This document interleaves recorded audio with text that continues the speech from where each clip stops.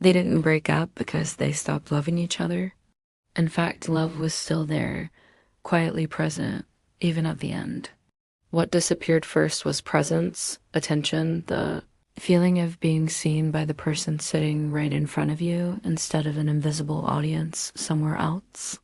When they first met, social media was just background noise, something to scroll through at night, something to laugh about, something harmless. Neither of them imagined it would one day become the third presence in their relationship, shaping how they argued, how they validated themselves, and how disconnected they slowly became without noticing. At the beginning, everything felt simple. They talked for hours without checking their phones.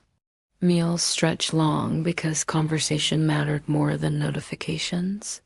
When one of them spoke, the other listened fully, not with half an ear while scrolling.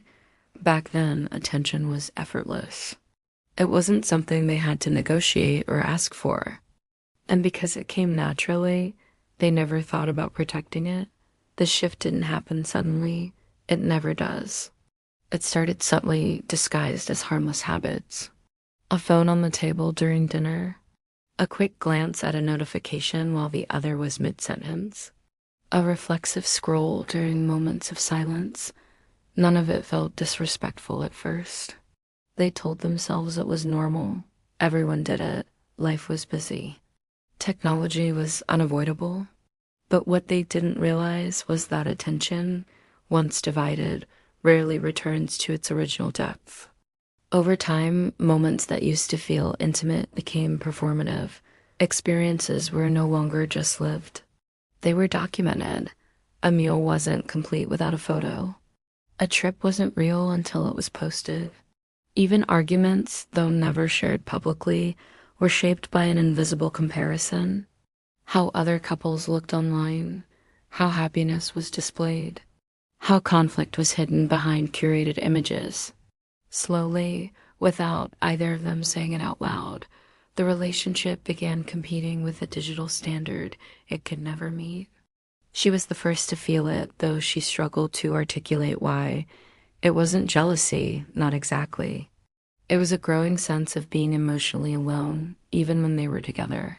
When she spoke, she felt like she was interrupting something. When she needed reassurance, she felt childish for asking. She noticed how often his attention drifted away, how quickly his mood shifted after checking his phone. She started wondering whether she was asking for too much, or if something fundamental had changed. He didn't see it the same way.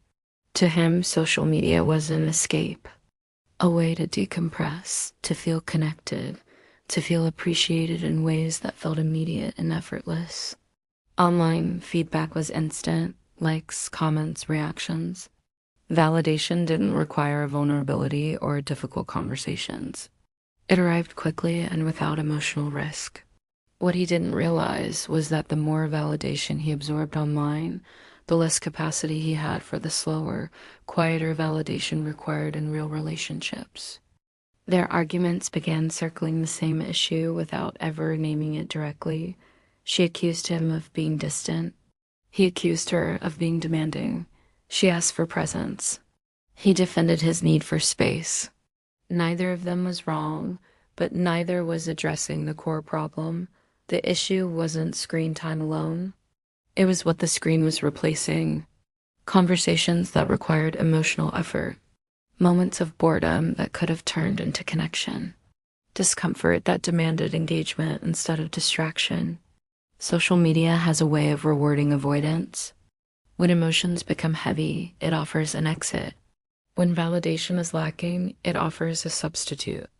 Over time, this changes how people tolerate discomfort. Instead of sitting with tension and working through it together, one person scrolls, and the other feels abandoned without being able to explain why. That dynamic erodes trust quietly because abandonment doesn't always look like leaving. Sometimes it looks like choosing a screen over a shared moment again and again. She started noticing how often he sought validation outside the relationship, not through cheating, but through attention. Likes from strangers, comments that boosted his ego, messages that reminded him he was seen. None of it crossed obvious boundaries, but all of it crossed emotional ones. She didn't want to police his behavior. She wanted to feel chosen. And that difference mattered more than either of them understood at the time. Meanwhile, she wasn't immune either. She began comparing herself to what she saw online. Other women, other relationships, perfect bodies, perfect homes, perfect love stories. Each comparison quietly chipped away at her sense of security. When she felt inadequate, she withdrew. When she withdrew, he felt rejected. And when he felt rejected, he retreated further into the digital world where rejection felt less personal. The irony was that both of them were looking for the same thing: reassurance, connection, a sense of worth. But instead of turning toward each other, they turned outward. Social media didn't create their insecurities, but it amplified them. It provided constant reminders of what they weren't, what they didn't have, and what they feared losing. And fear, when left unspoken, becomes distance. They tried to fix things in practical ways, setting phone-free dinners, promising to spend more quality time together. But these changes felt temporary, almost symbolic. The deeper issue remained untouched. Neither of them felt emotionally safe enough to admit how unseen they felt, how replaceable, how disconnected. So they kept addressing behavior without addressing meaning. What ultimately broke them wasn't a single fight or betrayal. It was exhaustion. The constant feeling of competing for attention. The sense that intimacy had to be scheduled instead of spontaneous. The awareness that even in moments meant to bring them closer, a screen could pull one of them away instantly. Love didn't vanish. It thinned. And once it thinned enough, it became fragile. When the breakup finally happened, it was quiet. No dramatic confrontation, just a mutual acknowledgement that something essential had been lost. They sat across from each other, both aware that they had been lonely in the same relationship for different reasons. He admitted he didn't know how to be fully present anymore. She admitted she no longer felt emotionally chosen.